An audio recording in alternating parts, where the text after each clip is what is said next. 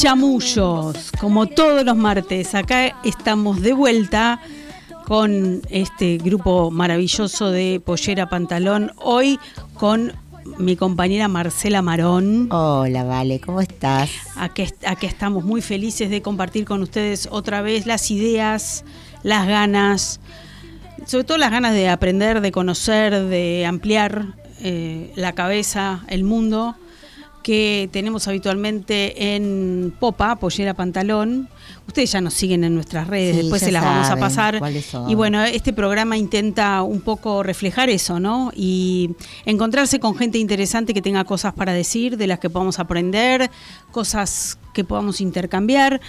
Así que vamos a arrancar con todo el programa. A full. Es gracioso porque nuestro productor Pablo de Francesco ya pone Jorge Ferronato, historiador. Ya es como está.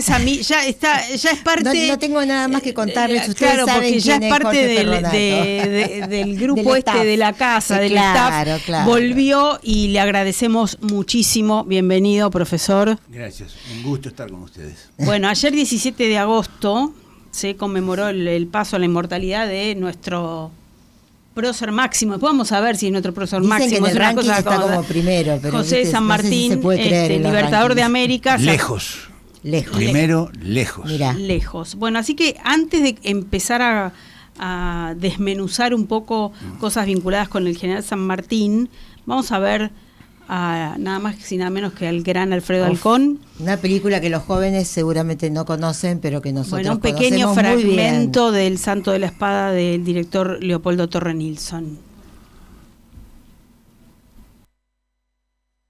Martín, ¿puede explicar a este triunvirato los motivos que tuvo para truncar una carrera tan brillante? Sí, señor Rivadavia. Supe de la revolución, y al abandonar mi fortuna y mis esperanzas, solo sentí no tener más que sacrificar por la libertad de mi país.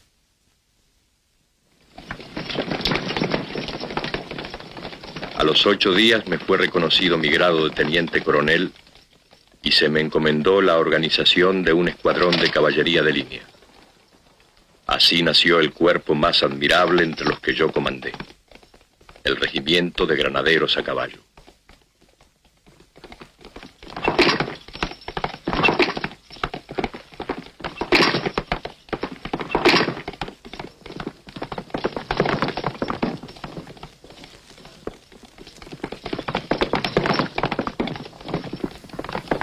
Bueno, maravillosa película. ¿Por qué el más grande sin dudas y por mucho?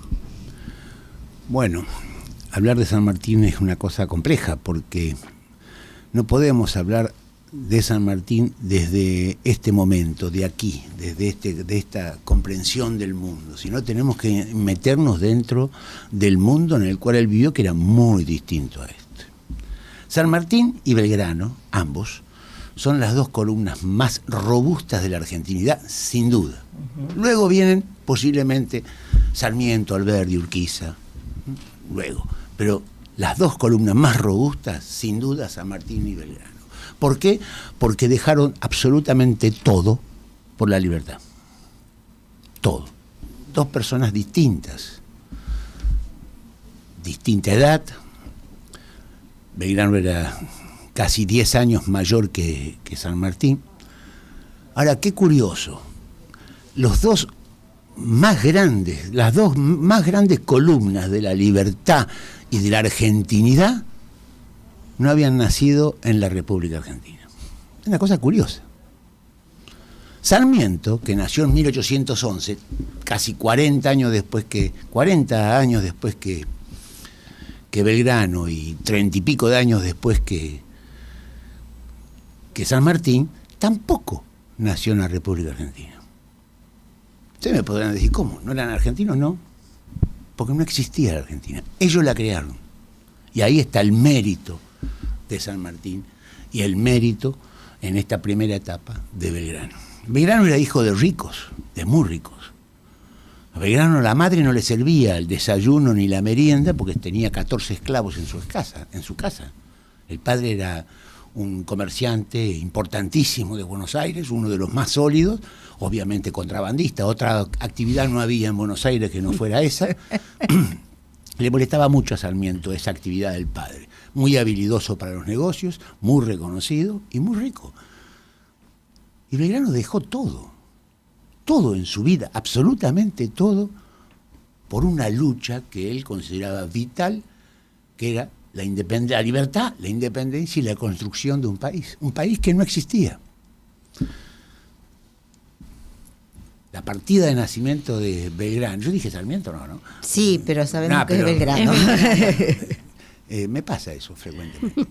La partida de nacimiento de Belgrano dice que nació en la ciudad de Buenos Aires, en el virreinato del Perú. Nuestro Belgrano. Sí.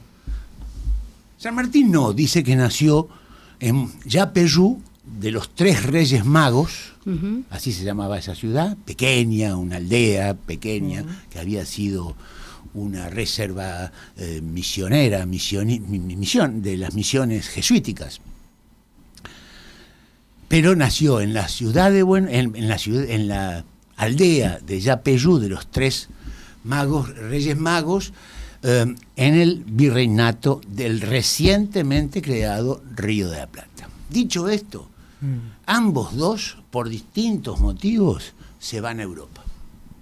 San Martín estuvo 6 años en su patria, y luego el padre fue trasladado de Yapeyú, que ya estaba años ahí. Primero estuvo en la banda oriental, ahí nacieron sus 3 primeros hermanos de San Martín. Los otros 2, San Martín y su hermana, nacieron en Yapeyú. Pero los hermanos tampoco eran uruguayos. Nacieron en la banda oriental y no eran uruguayos. ¿Por qué? Porque Uruguay tampoco existía. Ni siquiera la palabra Uruguay existía como territorio. Era la banda oriental del río Uruguay, la banda oriental de Buenos Aires. Ahora, ahí irse a Europa era, obviamente, por una parte poder estudiar, formarse, pero también era que entender, conspirar en el buen sentido. Bueno, pues estamos hablando de los 5 años, no podía conspirar ni comprender 6 años. Pero de San Martín, ¿no? de ahí empezaron a, no sé, Sí, claro. vinieron de pero de ese nos lugar. estamos adelantando. El padre de San Martín era un teniente, capitán de puerto, que defendía a Yapeyú del ataque portugués, porque el imperio de Portugal desde siempre quería que sus límites terminaran en la costa del estuario del Plata. Y esto lo sabía la corona española, y entonces ahí habían puesto un defensor de esos territorios que dependían del recientemente creado. Pero a los 2 años lo llaman de Europa al padre de San Martín, se va, agarra toda su prole y se va primero a Buenos Aires, que está 2 años, hasta que consigue un buque que lo lleve a España, y ahí sigue la vida de ellos, que eran españoles, padre y madre de San Martín eran españoles. Bien, San Martín va a estudiar su primaria en el Colegio de las Temporalidades y en el Colegio de los Nobles, y luego, desde muy temprana edad, a los 11 años, pasa al colegio militar, pasa a estudiar el oficio de militar. Pero a los 13 ya está combatiendo. 13 años. Está combatiendo. Un niño, pero en esa época era más o menos normal, claro. Eso. Sí. Yo no lo veo nada normal, pero bueno, es otra época, ¿no? Ya estaba combatiendo. Y a partir de ahí hizo una carrera brillante en una Europa descompuesta. Porque en 1789 se produce, estando San Martín en España siendo niño, pero estando Belgrano no siendo niño, sino habiéndose recibido de bachiller en Derecho y también de economista. Claro. Tan brillante Belgrano que le va a escribir al Papa que le solicita permiso para leer los libros prohibidos. Y va a leer los libros prohibidos, Belgrano. Lo autoriza. Lo autoriza a perpetuidad. El Papa, una cosa impensable. Nuestro Belgrano venía del fin del mundo, pero había sacado el segundo promedio más importante en la Universidad de Salamanca en 500 años de universidad. Y eso le mandó el certificado. Una mente más que brillante. Más que brillante. Era una mente brillante. Bien, ¿Y qué eran los libros prohibidos de sexo, de sodomía? No. Eran Adam Smith, La riqueza de las naciones, eran el contrato social de Rousseau, era la enciclopedia de los extremos, eran los extremos. Era el pensamiento, la razón, los que ponían en duda el poder absoluto de los monarcas absolutos, y Europa eran monarquías absolutas. Y San Martín, que no se conoció con Belgrano, ¿sí? San Martín estaba combatiendo, defendiendo a España, primero contra los bereberes, luego contra los portugueses, luego contra los ingleses, luego contra Bonaparte, que él lo admiraba como militar y estratega, pero lo combatió, y lo combatió con tanto honor que en la batalla de Bailén, que fue la primera batalla que Napoleón y la fuerza de Napoleón pierden en España, él tuvo un ascenso muy importante a teniente coronel con una medalla de honor de oro que le dieron en su mérito. Sin embargo, San Martín se había cruzado en su carrera militar con otros americanos, venezolanos, mexicanos, del Río de la Plata, del Perú, que también estaban haciendo carrera militar y formaron una logia. Se forman una logia. En esa época no se podía hablar mal del rey y de la monarquía absoluta, porque les corría la vida, ¿no? Eran súbditos, todos los habitantes eran súbditos de las monarquías absolutas. La monarquía absoluta quiere decir que absoluta, eran dueños de todo, de las tierras, de la vida, de quién se casaba, cómo se casaba y si se casaba. Dueños de todo. Es inimaginable en este momento esa situación, ¿no? Pero, ya me pone nerviosa. Pero era así. Y estos muchachos, leyendo estos textos, ¿no? de Rousseau, de D'Alembert, de Diderot, de Montesquieu, empezaron a tener un pensamiento republicano y liberal. Y forman una logia de caballeros racionales. Estaban en contra de la mística, no estaban en contra de la religión, porque los dos tanto San Martín como Belgrano, eran profundamente católicos. No estaban en contra de la religión. Creían que la religión no tenía nada que ver con la política y con los privilegios que tenía la religión. Los nobles y la clerecía superior eran dueños de la tierra en Europa, en toda Europa, en Prusia, en España, en Francia, en Italia, ni que hablar. Bueno, Italia no existía como tal. Alemania tampoco existía como tal. España sí, Francia sí, el Reino Unido sí. Bien, en esa revolución que había terminado, o que terminó, la Revolución Francesa, que terminó con 1000 años de esa jerarquía absoluta vertical que venía de arriba para abajo, y que era la que le entregaba Dios la soberanía al monarca, y si el monarca era hereditaria, el monarca tenía un hijo tonto, heredaba igual porque lo había dicho Dios. Bueno, Belgrano y San Martín están en contra de eso. Lo mismo que Miranda, el gran venezolano, que después fue traicionado por el propio Bolívar. Miranda, el precursor de la independencia americana. Y Miranda establece una logia en Londres de americanos para luchar por la independencia. San Martín quería volver al Río de la Plata. Él había quedado absolutamente alucinado con el río Uruguay, con su padre, que a los 5 años lo llevaba a pescar a esas playas, a esas selvas, a esos lugares extraordinarios que tiene esa zona, y él quería volver. Pero él quería volver por una cuestión de que le gustaba el lugar, o porque tenía algún objetivo. Todavía no tenía objetivo. Nada. Tenía el sentimiento de que ese era un lugar que le generaba afecto. Y un dato muy importante a tener en cuenta, es que había españoles nacidos en España y españoles nacidos en América. Ahora, los españoles nacidos en América, que habían luchado en las luchas napoleónicas contra los bereberes, contra los portugueses, arriesgaban su vida, muchos murieron, el máximo grado de ascenso que tenían, por más brillante que fueran sus carreras militares, era hasta teniente coronel. Todos los demás cargos, para arriba, coronel y todos los demás, eran solamente para los españoles nacidos de España, porque había una cuestión de castas y de sangre. Uh-huh. Los americanos no tenían ese derecho. O sea que San Martín había logrado ya el objetivo del máximo ascenso que podía tener, que era el de ser teniente coronel. Y él dijo, yo hasta aquí llegué.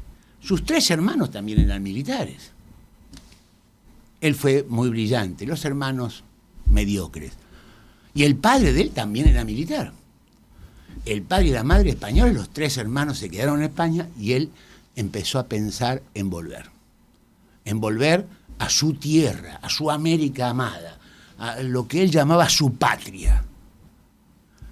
Y se vuelve, en 1812, pero Napoleón había invadido España y había depuesto al rey. Y acá se había producido en 1810 la Revolución de Mayo de 1810.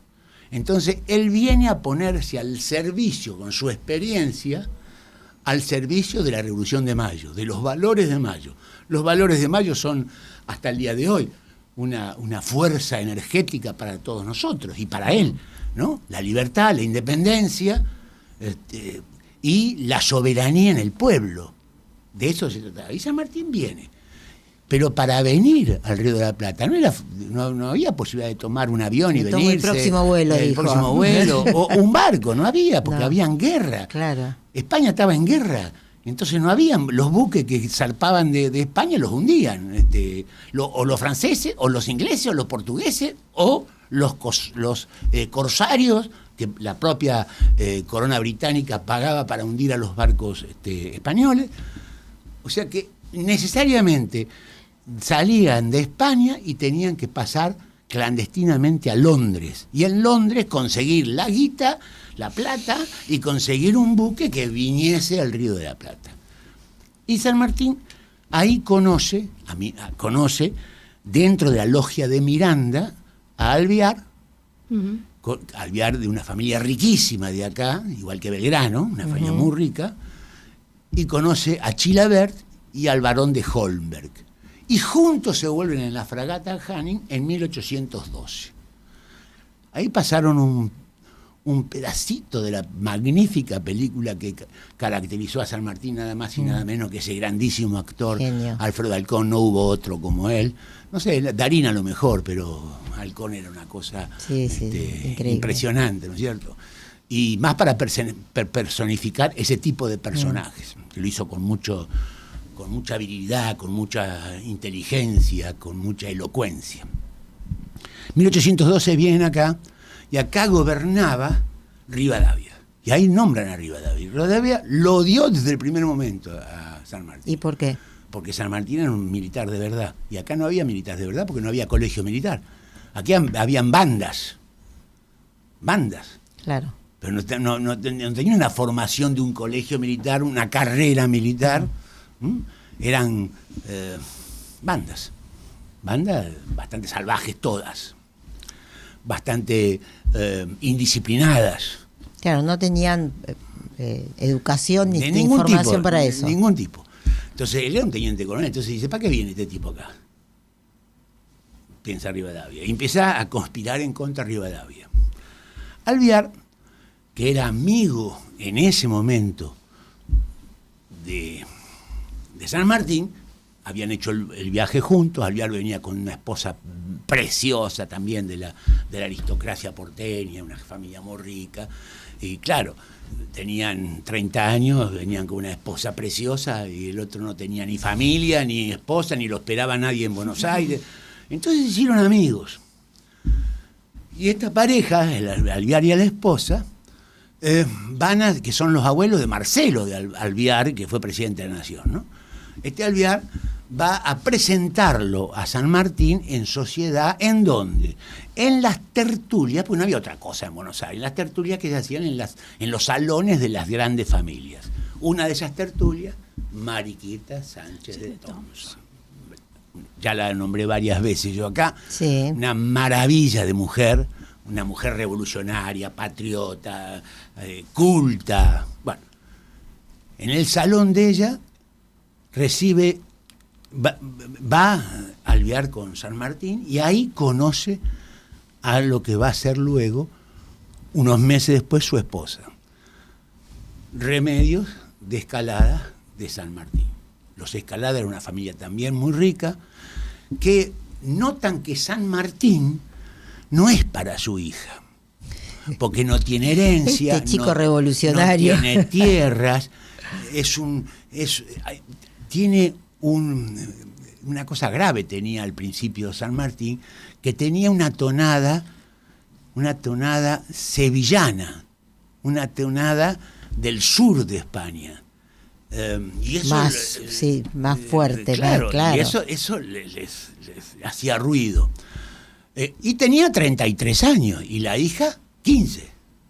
Pero eso era normal en esa fecha. ¿Por qué era normal? Estamos hablando de 1812, porque había un riesgo muy grande de que la mujer muriera en el parto. Era común que la mujer muera en el parto, en el primer hijo.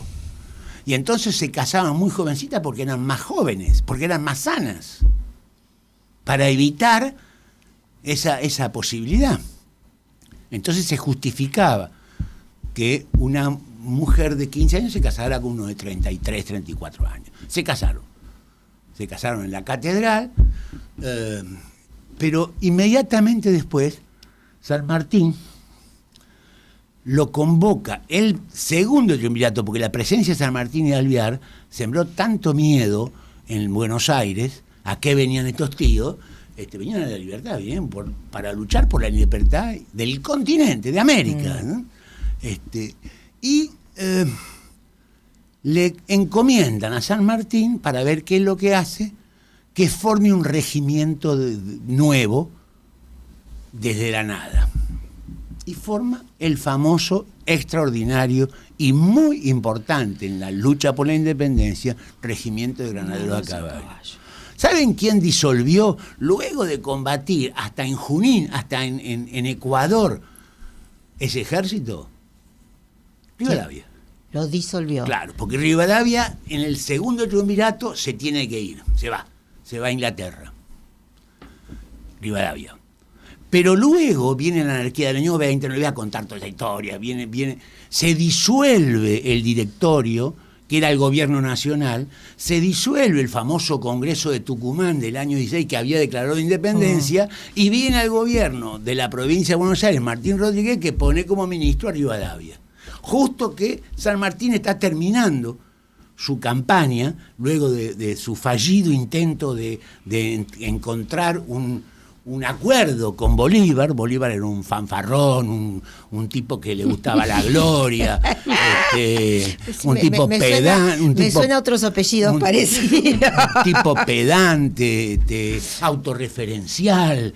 Mira, parece que estuvieras hablando de otro que no es Bolívar. Bueno, este es Bolívar. Un tipo valiente, pero Bolívar también era un hombre muy rico. Lo mataban los egos. Y se había cansado de recorrer las cortes europeas. Bolívar, que tanto lo hablan de revolución. Sí, por eso de la se había cansado de bolivariana. recorrer todas las cortes europeas para lograr un título de nobleza, porque tenía una abuela o una bisabuela que había sido negra.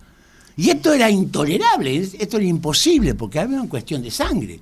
Y no se lo dieron, y él quedó muy resentido con las cortes europeas, no solamente con España, había ido a Francia, había ido a España, había ido a Portugal. Cualquiera le venía bien él quería ser vizconde, conde, duque, algo, y tenía la guita suficiente como para hacerlo. Claro, pero no podía comprar eso porque él tenía una abuela sangre... que estaba cagado. Entonces, no, acá es hincha mucho, tranquilo. Entonces, este tipo lo recibe a San Martín con mucha pompa, no lo mira a los ojos, en ningún momento. Estuvieron 8 horas juntos, nunca lo miró a los ojos, le bajaba la vista y le hacía esquivos cada vez que San Martín le proponía para hacer juntos, para terminar el conflicto. No. Entonces San Martín se dio cuenta que él buscaba la gloria y San Martín no. San Martín buscaba la independencia y él buscaba la gloria para él. Se dio cuenta, dijo, no entramos, Bolívar y yo en América, me voy. No entramos, qué buena frase. Sí, y me voy. Y dejó toda su lucha heroica de haber cruzado los Andes, de haber formado el regimiento de granaderos, de haber tenido su primera batalla, San Lorenzo, su batalla de bautismo en territorio argentino, fue la única batalla que él estuvo. que dominó enseguida a los españoles, aunque lo duplicaban y un poco más que duplicaban en número, por una estrategia que él había aprendido en sus guerras contra Napoleón. Y enseguida, en 15 minutos, terminó esa batalla de San Lorenzo. Está el convento todavía, está el terreno donde fue la batalla, hay un museo precioso en Entre Ríos en ese sentido, y él, por primera vez, después de tantos años, metió las patas en el río Uruguay, cosa que la cuenta, ¿no? Como una cosa... Claro, que tenía la asignatura pendiente. Bueno, viene y le dan una misión de solucionar el tema del Ejército del Norte que había tenido Belgrano. Y por ahí, en ese momento, San Martín va como general ya al Ejército del Norte. Lo que pasa es que Alvear se alía a Rivadavia en esos años 21. Y esos dos, porque Alvear quería ser San Martín, y no lo fue. Fue San Martín. Alvear era el hombre rico, el que le había presentado a la esposa, el de la sociedad, y quería ser él. Pero ahora, profe, bueno, se nos acaban las medias horas y nos tenemos que ir, pero... vamos a seguirla con San Martín. Sí, porque que a lo largo de cosas para preguntarte. No, creo que este relato nos está respondiendo la primera pregunta, que es ¿por qué the one and only no es San Martín? Sí. A Belgrano le preguntaron una vez, sí, ya al final de su vida, año 19, estaba muy enfermo, si él se consideraba el padre de la patria, porque Belgrano también hizo hazañas. Sí. Y él contestó que él se conformaría con haber sido un buen hijo de la patria. Y a San Martín no le preguntaron eso. San Martín nunca pensó en eso. San Martín es el padre de la patria. Porque él fue el que garantizó los valores de la Revolución de Mayo, que prácticamente, cuando él llegó en 1812, esos valores estaban perdidos. Él fue el que garantizó que en 1816 se declarase la independencia. Él fue el que garantizó que se declarara la independencia. Igual lo dejo para la próxima, pero los egos muestran que en nuestra sociedad, me imagino que en el mundo entero, las cuestiones de egos de los que están en cuestiones de poder terminan arruinando muchas cosas que pueden ser muy buenas, ¿no? Sí, claro. Bueno, gracias, Jorge. Profesor, muchísimas gracias por venir, como siempre. Lamento que, porque tendría que seguir. Sí. Pero sigamos con San Martín otro día. ¿Por qué no? Seguimos ¿Por qué otro no? día, por favor. Porque realmente creo que es interesante que todos veamos, que veamos relatada la historia que la historia de verdad que nos contaron o que leímos o que vimos, no siempre de la mejor manera. San Martín fue un grande de verdad, Belgrano fue un grande de verdad. Y otro que era políticamente incorrecto, que podríamos hacer un programa de él porque es maravilloso, que fue una de las cabezas más grandes que tuvo este país en el siglo XIX, que es Domingo Faustino Sarmiento, ¿no? Sí, una cosa totalmente. curiosísima. Domingo Faustino Sarmiento, que era un tipo políticamente incorrecto, molesto, era realmente molesto, los revisionistas lo acusan de la élite y miembro de la oligarquía y qué sé yo. Sarmiento no tenía zapato cuando era chico. El padre era sargento de San Martín, se iba, cruzó los Andes, no volvió nunca más, y la madre tenía que laburar para darle de comer a los hijos. Y ese Sarmiento, que en pata no tenía zapatos, que vivía en el fin del mundo, en San Juan, imagínense, en 1811 nació, que nunca fue a la escuela, nunca fue, porque es un autodidacta. Ese Sarmiento fue presidente de la República. Y fue el que planteó que a la barbarie había que darle educación, y fue el que luchó toda su vida para construir escuelas. Dejamos para septiembre esa. La dejamos para septiembre. Entonces, porque cuando nace Sarmiento no existía Argentina, cuando muere Sarmiento existía Argentina, República de Argentina. Ahora sí nos vamos. Profe, muchas gracias, Jorge Ferronato, por venir. No te vayas, ya sigue No me chamulles más, el espacio radial y de streaming de Pollera Pantalón. Sin cultura no hay país. Porque todo es cultura y porque somos radio. Radio Cultura.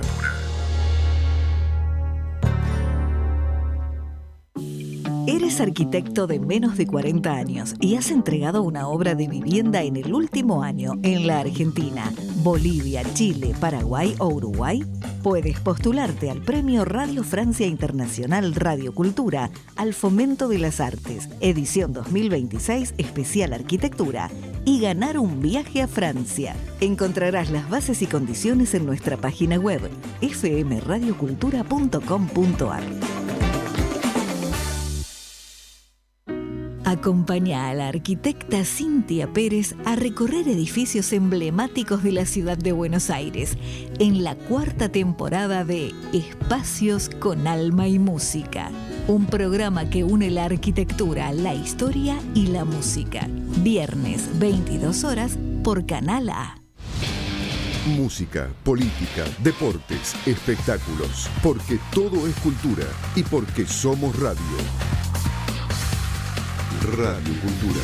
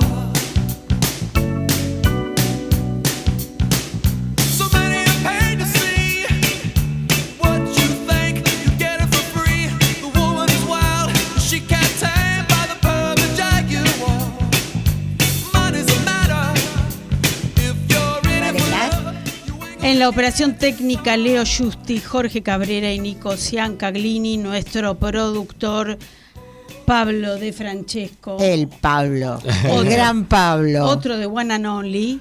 Bueno, ustedes sigan a Pollera Pantalón en nuestras redes. Tenemos web, por supuesto, www.pollerapantalon.org.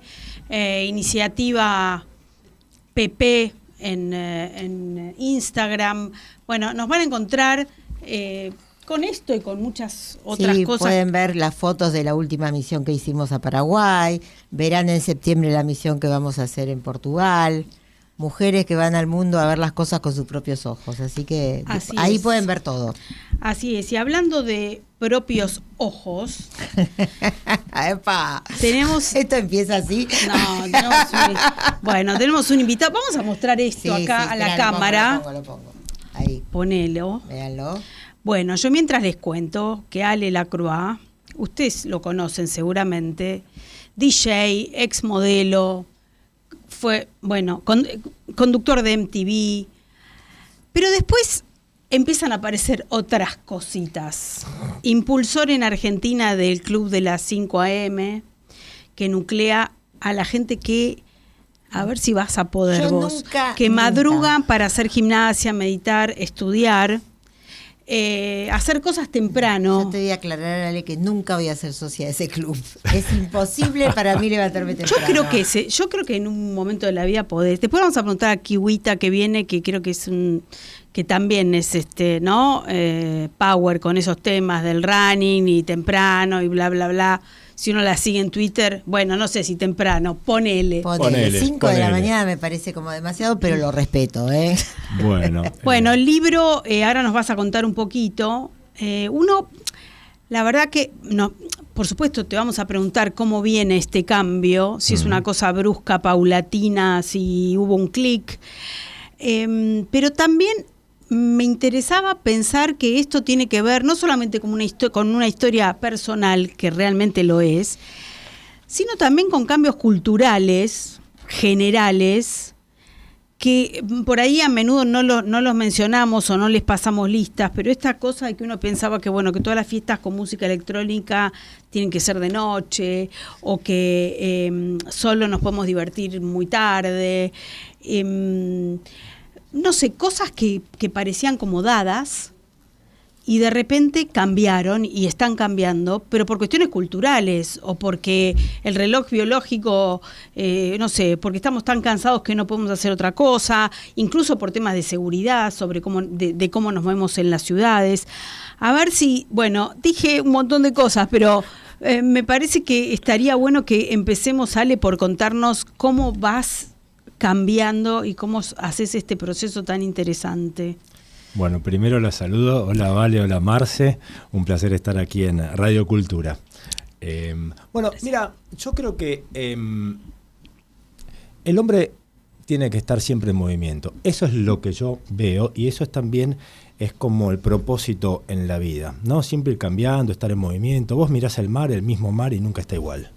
Con lo cual yo me siento reflejado en ese mar, me siento reflejado en un bosque donde es siempre el mismo bosque, pero va cambiando. Y los cambios a veces son imperceptibles, pero están. Entonces yo creo que estar en movimiento y estar en búsqueda siempre y el aprendizaje constante ha sido lo que me ha llevado a este cambio, ¿sí?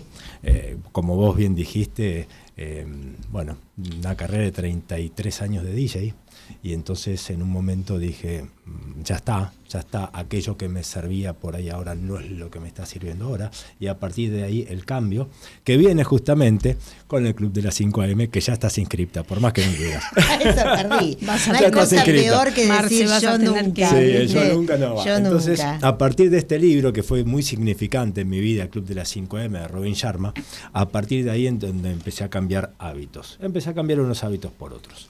Digamos que incorporé a mi vida hábitos saludables. Y dejé otros. Que no lo eran. Sin abrir juicio, simplemente. No puedes decir lo que quieras. Ya no me servían. Okay. Ese es el tema. Por eso te digo los pequeños cambios. Ese fue un gran cambio de todas maneras. Pero ya no me servía. Entonces, con este cambio radical que he hecho, de levantarme a las 5 AM hace 9 años, unas 26 veces por mes, a partir de ahí empezó a cambiar mi vida de una manera muy favorable, de una vida más plena, más feliz. Igual, de todas maneras, cada cambio, sobre todo este tipo de cambio que uno hace, es un cambio demasiado brusco. Ahora con el diario del lunes me di cuenta que en un momento me fui al diablo con este cambio. Para mí, para mi trabajo, para mi entorno, para mi familia, para mis hijos, fue demasiado brusco. ¿Sí? ¿Demasiado zen te convertiste de un momento a otro o qué? Yo creo que estos cambios tan radicales, por lo menos a mí, porque lo que me sirve a mí no necesariamente te sirve a mí o a vos o a quien fuera, es la única manera que lo entendí de hacerlo. Es como pude, ¿sí? Pero lo hice. Y ahora que ya pasó tanto tiempo, y ahora ya soy más flexible, como la caña del bambú, ¿viste? Que es sumamente flexible y no se rompe. Entonces aprendí a flexibilizarme un poco, así puedo tener una vida un poco más normal. O sea, a partir de ahora va a ser a las 7 de la mañana.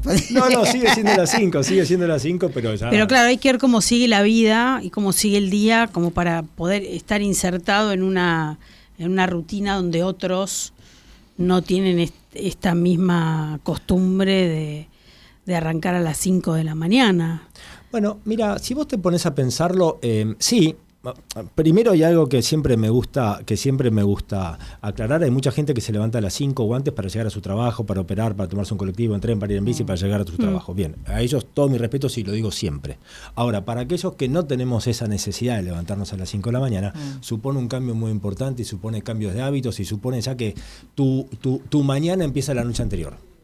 No te puedes quedar maratoneando una serie, no te puedes cenar a las 11 de la noche, no puedes quedarte con la pantalla en la cama. Entonces hay un montón de cosas que en tu vida van cambiando, no puedes estar chupando y levantarte a las 5, ¿no? Entonces hay un montón de cosas que se van acomodando a ese cambio que en mi caso parte de la rutina de las 5 AM.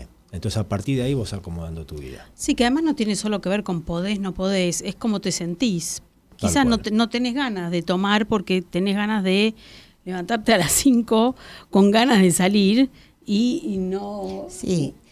Yo voy a hacer crítica, perdón, ¿no? Vos podés hacer lo que quieras. Yo voy a hacer crítica con pregunta crítica, vos ¿no? Podés crítica. Preguntar lo que quieras. No, porque digo, evidentemente me encanta el título, ¿no? Un disparate hermoso, ya de por sí el título da para leer qué disparate se le ocurrió a este hombre. Pero digo, vivías de fiestas interminables, como dice textual, lo muestro, como dice la tapa, vean ahí. Dice, al samurái de la disciplina, como que te fuiste, ¿no? De la locura absoluta, del movimiento absoluto, a inspiro y exhalo. Vamos a ver. Inhale, exhale. Propongo para ver un poco más de qué se trata y hablar de Awake. Tenemos un video de una Vamos fiesta. A ver qué nos cuenta esta imagen. Esto es Awake, la fiesta más sana y divertida del mundo. 2026. ¡Oh, sí!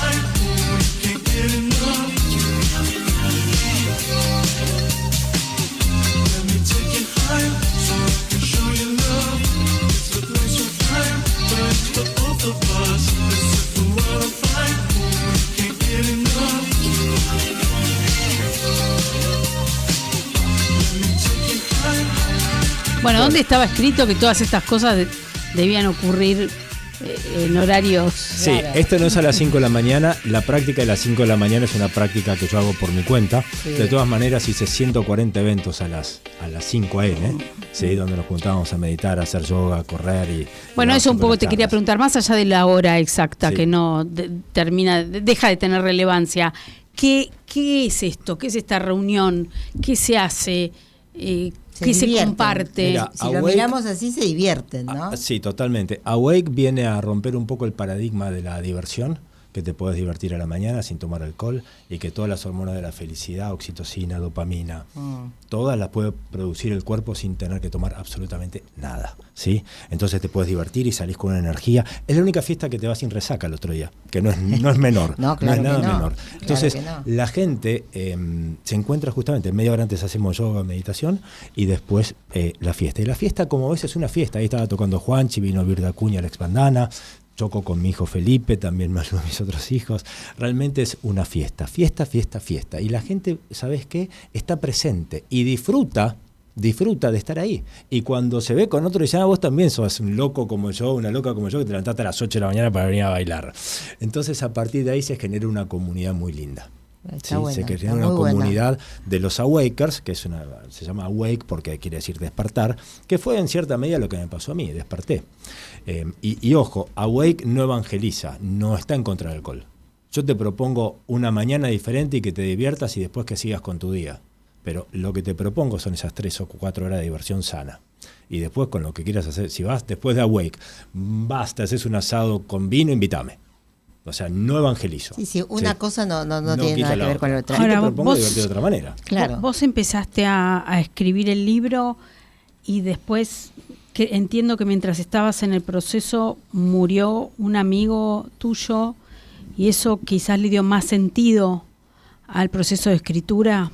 Sí, totalmente fue así. Yo estaba escribiendo un libro de bienestar, compartiendo herramientas que me hicieron bien a mí y justamente ya iba el 80% del libro, un amigo mío fallece por un paro cardíaco llevado por distintos hábitos no saludables. Uh-huh. Y yo justo estaba con el hermano mayor cuando se lo dijeron.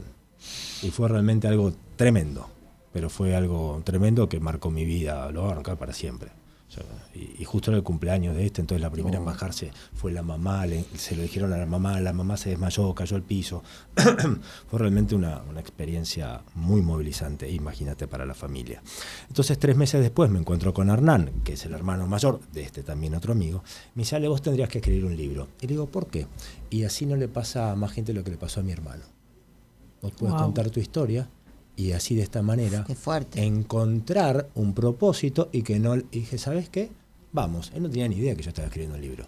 Y a partir de ahí nace un disparate hermoso, pero con otro propósito, que es yo pude, vos podés.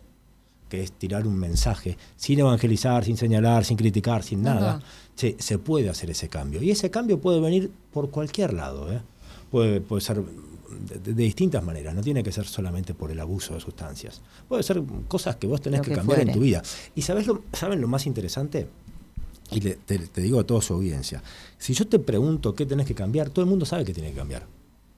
Si yo te pregunto a vos qué 2 o 3 cosas tendrías que cambiar de tu vida, pues ya lo sabés. Voy a decirte levantarme temprano. Bueno, y vos también. Y vamos moverte más. Bueno, vamos por cosas más profundas, qué sé yo, dejar de fumar, dejar a tu pareja, dejar ese tema dejar una relación que es horrible o tóxica. Pegar ese llamado que lo tenés que hacer y no lo haces más. Empezar la dieta, terminar la dieta, fumar, dejar de escabiar, lo que sea. Fuere. Y cada uno sabe. Entonces yo supe que era lo que yo tenía que cambiar en mi vida. Y lo cambié. Entonces, el mensaje que yo tengo en el libro es vos podés cambiar. Sí, pero me parece igual interesante esto que vos señalás de no evangelizar, porque así como somos un país bastante laico, por usar la metáfora en un montón de cosas, en estos temas tendemos a ser evangelizadores, somos muy exigentes, hablamos todo el tiempo del peso, de la gordura, de la dieta, de la imagen. Y me parece que acá estamos hablando de otra cosa, ¿no? De decir, bueno, ¿qué me puede hacer bien? ¿Qué no me está haciendo bien y qué me puede hacer bien? Más allá de cuánto diga la balanza o más allá de que sea a las 5, a las 5:30 o a las 6. Totalmente. Me parece que un poco rescatar eso a nosotros nos puede hacer bien, porque somos un país bastante dependiente de la imagen, nos ponemos tan obsesivos, es como el ansioso, que te pones tan obsesivo que al final no lo conseguís, porque hablas todo el tiempo del asunto, pero no lo concretás, ¿no? Entonces me parece que no evangelizar y decir, che, pará, te propongo esto. Sí, te propongo esto. Y cada uno sabrá lo que tiene que cambiar, y ¿sabes qué? Por ahí no lo quiere cambiar, porque esto me lo dijo mi hija Leticia de 15 años. Papá, tengo una para decirte, pues yo siempre le digo cosas, ya no me aguantan más. Papá, tengo esta para decirte. Lo que no cambias lo eliges. Y ahí dije, wow, lo que no estás cambiando lo elegís, entonces no te quejes más. O lo cambiás o lo elegís. Claro. Y es tan fácil como eso. Me lo dijo Leti, mi amor, gracias. ¿Entendés esa parte? Y ahí dije, bueno, está bien. Y por ahí uno elige una manera y no lo quiere cambiar. ¿Y sabes qué? Está bien. ¿Qué sé yo? Es lo que vos querés. ¿Se entiende, no? Seguro. Ahora, hay cosas que por ahí no cambiás y las consecuencias son más graves, ¿sí? Así que de eso un poco. Estaba mirando, porque acá, ¿por qué leer el libro? Me pareció piola. Claro, el prefacio que vos decías dice, deseo que lo disfrutes, que te emociones, que te enojes, que me quieras, que me ames, que me odies, que me critiques, ya hicimos todo hasta ahora, fuimos cumpliendo con todos los pasos, que me abraces, que te diviertas, que viajes conmigo y por sobre todas las cosas que encuentres utilidad en la herramienta que voy a compartirte. No es evangelizar, es contar tu historia. Me parece muy saludable porque en definitiva es lo que estás diciendo, ¿no? Refleja el libro eso, así que da para leerlo. Voy a ponerlo de vuelta para que lo vean. Ahí lo tienen para leerlo, un disparate hermoso. El nombre salió porque repetitivamente salía la palabra disparate, porque mi vida ha sido un disparate y sigue siendo un disparate. Entonces, esto era un disparate y de repente estaba lleno de disparates, que los cuento ahí. Entonces, he vivido una vida con muchos brillos, con mucha abundancia, de todo, ¿sí? Desde mi vida en MTV hasta ahora, pero también he vivido cosas mucho más fuertes y cosas realmente que estaban muy alejadas de los brillos, que estaban muy hundidos en las sombras, y eso también eran otros disparates, de otro color los disparates, pero mi vida ha sido y es un disparate, como levantarme a las 5 de la mañana. ¿Sabes una cosa? ¿El disparate es porque vos te decías y te decís mi vida es un disparate o porque escuchabas que los demás, la voz de afuera decía este tipo tiene una vida que es un disparate? No. Vos mismo te autodefinías. Es un autoconcepto, pero okay, es un disparate hermoso. No, ¿entendés? Por supuesto. Porque la vida es así, la vida tiene cosas oscuras, cosas difíciles, las cosas bellas, las desgracias, ocurre de todo en la vida. Vos mencionaste a tu hija, ¿cómo es tu familia y de qué manera te acompaña en esto? Bueno, Felipe toca conmigo en las... Primero, todos me acompañan, eso es la verdad. Acompañan a un papá que es un disparate, que pasó de acostarse a las 5 a levantarse a las 5. Entonces nadie entendía nada en mi casa, de flaco, ¿qué le pasa a papá? Claro.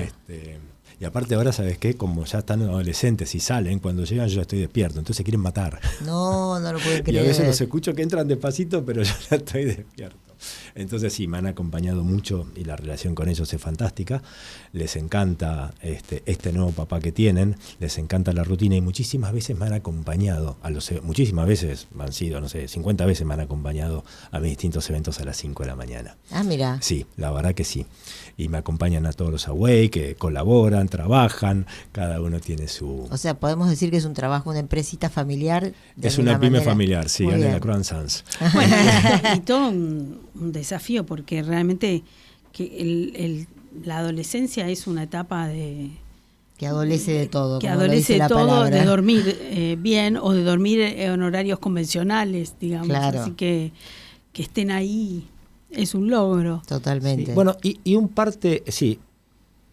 parte de Awake también es que un ejemplo vale más que 1000 palabras. Entonces, no solamente es el mensaje que te podés divertir sin tomar absolutamente nada a la mañana, que te morís de risa, que te vas todo energizado. Cuando se va la gente, ¿sabes qué hacemos? Le damos una cerveza bien, bien fría para que vuelva manejando a su casa 0.0. Muy bien. ¿Entendés? Entonces tiene esa, encima por manejando, tomando, que aparte ahora son iguales, son iguales. Sí. Entonces, y que me pare la policía, decís. Claro, es divertido, es un concepto y que me pare la policía. Que es divertido. Entonces, ese ejemplo no solamente es para te puedes divertir de otra manera. Sí. Y después vamos al boliche convencional, está todo bien, yo ya no doy más, pero vale. Y después sobre todo para los chicos. Sobre todo para los chicos también. Ale, un DJ nunca deja de serlo.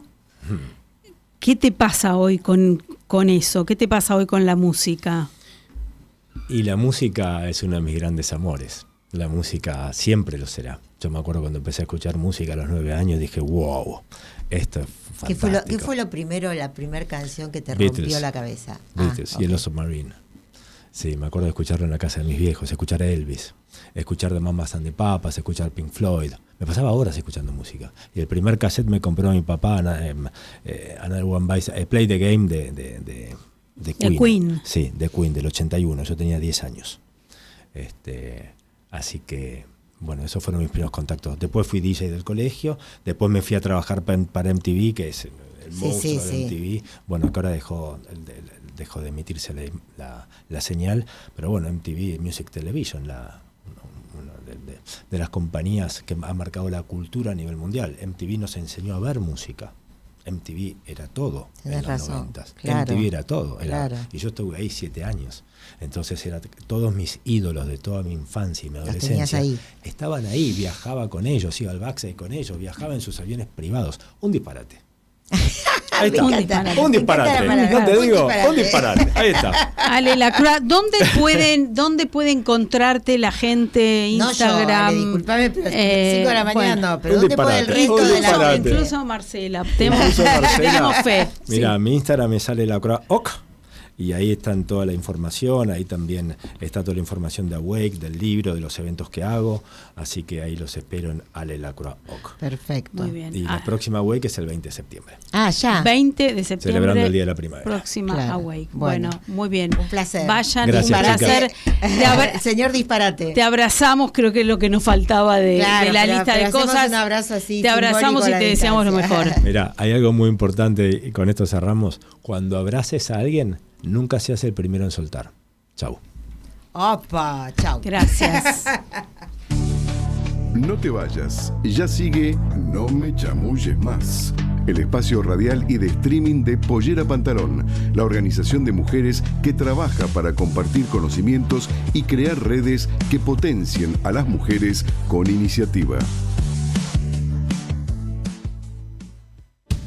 Porque todo es cultura y porque somos radio. Radio Cultura.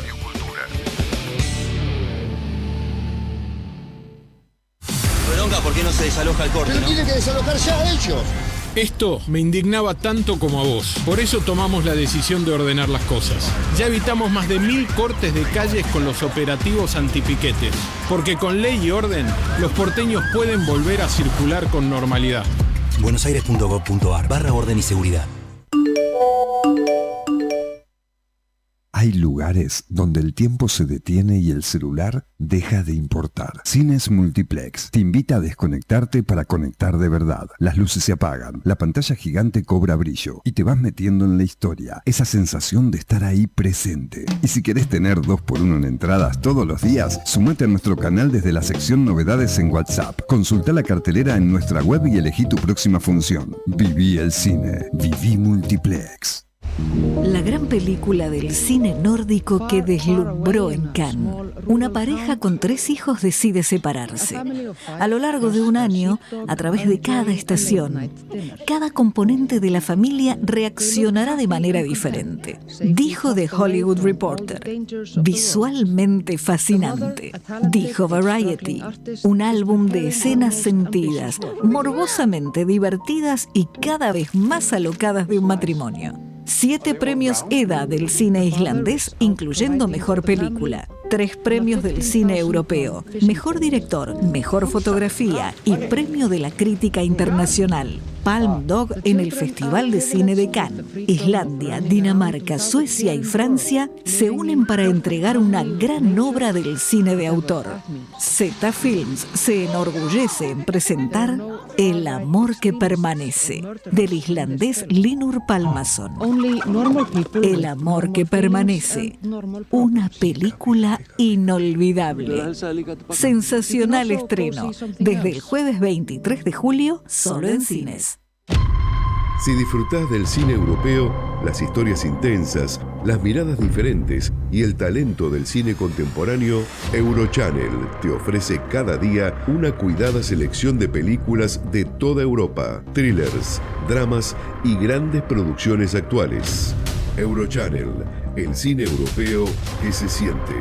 Disponible en Flow, canal 324.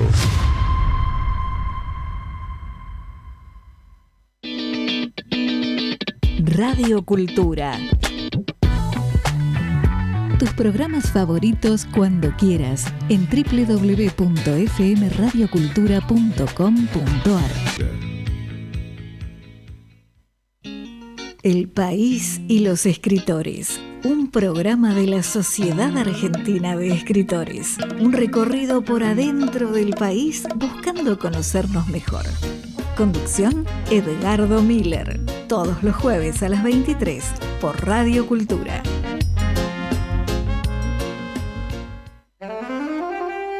Te invitamos a pensar con la mente abierta sobre los temas actuales, políticos, institucionales, judiciales, económicos, sociales, científicos y de interés general. Al derecho y al revés. Los jueves de 19 a 20 por Radio Cultura. Porque todo es cultura y porque somos radio. Radio Cultura.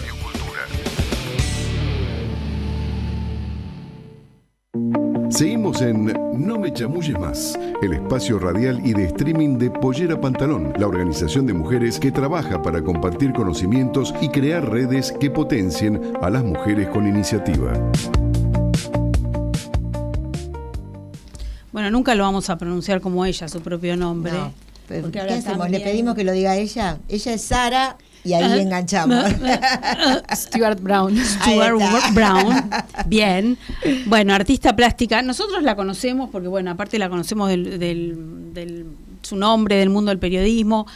También, esto es personal, la admiramos porque ella hizo algo maravilloso que fue donar. Sí, increíble. No importa, no nos interesa hablar del tema, sí, de recordar a Jorge Lanata, porque vale la pena. Por lo que fue, pero claro, no vamos a hablar de eso, vamos a hablar de ella, de su arte, etcétera. Pero sí, a todos nos dio, la verdad, como mucha admiración y mucho respeto hacia vos. Sí, hizo lo que hay que hacer, ¿no? Totalmente. Eso, la solidaridad. Sin hacer demasiada ambolla del tema. Exacto, así que muchachos, donen sus órganos en vida si pueden, y cuando se vayan dejen escrito, y miren lo hermosa que donen sangre también, y donen sangre, que siempre hace falta, así que bueno, buenísimo. Ella también, yo que soy muy fan de Twitter, no de tuitear, pero sí de leer, ella tiene como 120.000 seguidores en Twitter y siempre está poniendo las cosas bien. Así que, chapó. Gracias. Chapó. Bueno, pero ustedes saben que Sara, o Kiwi, o Kiwita, es artista plástica. Sí. Y muy buena. Yo me acuerdo cuando pasaba ahí por el local de Recoleta y se veían unas cosas tan fantásticas. Bueno, y ahora estás con Barraquesh, que es un espacio, cultural en Ricardo Rojas 446, en Retiro, en Plaza San Martín.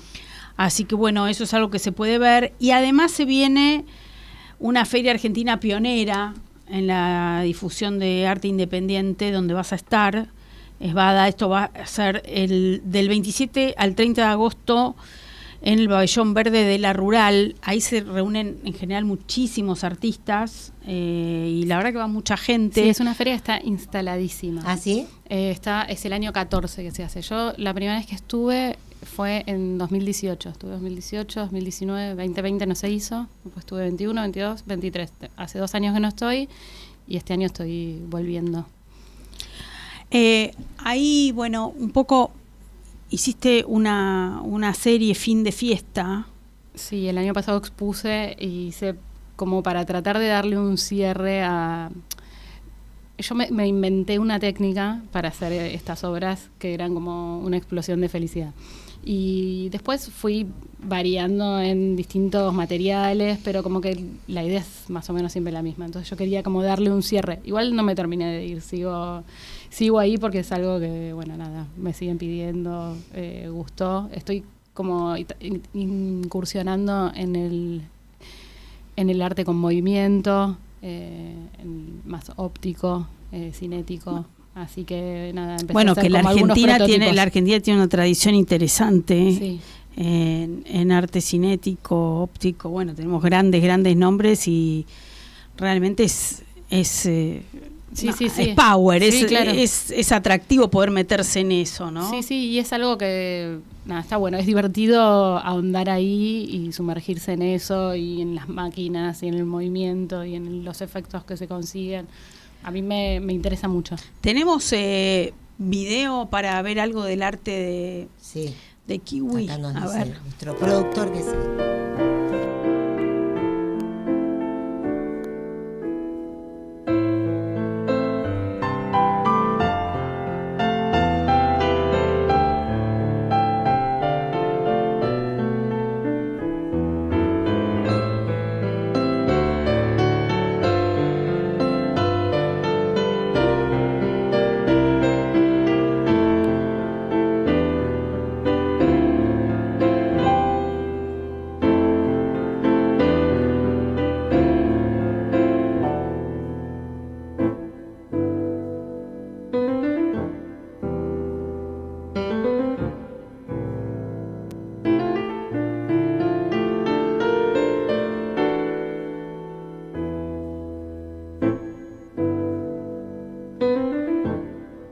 Literatura. Bello. Acá comentábamos que bueno, algunas obras son cinéticas, otras no. Ahí obviamente ustedes lo podían ver. Interesante cómo estás colgando distinto, sí, ¿no? Muy poco convencional, sí, volcado, torcido. Sí, volcado, como cayéndose o en rombo. O en rombo, y son preciosas las muy linda, muy bonita. Este movimiento, tenés que meterte en otras disciplinas casi, ¿no? Como la física o saber de iluminación. Sí, un poco de mecánica, y empecé a ahondar en las baterías y ahora quiero evolucionar más, quiero ponerle sensor de movimiento para que empiece a funcionar, quiero como buscar la practicidad de la obra. Sí. Ajá. Sí. Pero bueno, ahí ya necesitas una placa. Bueno, ya estuve hablando, hay un montón de gente que sabe de eso. O sea, pero lo estás trabajando sola con asesoramiento, no estás haciéndolo en equipo. No, yo trabajo sola, o sea, para hacer estos prototipos de cinética me ayudó un fabricante de acrílico que me ayudó a hacer las cajas, le llevé la idea de lo que quería y él me fabricó, lo que sostiene todo. Y yo fui con las baterías, dije, quiero usar este motor. Vos llevaste todo. Yo llevé todo y dije, necesito encerrar esto y quiero colgarlo de esta manera.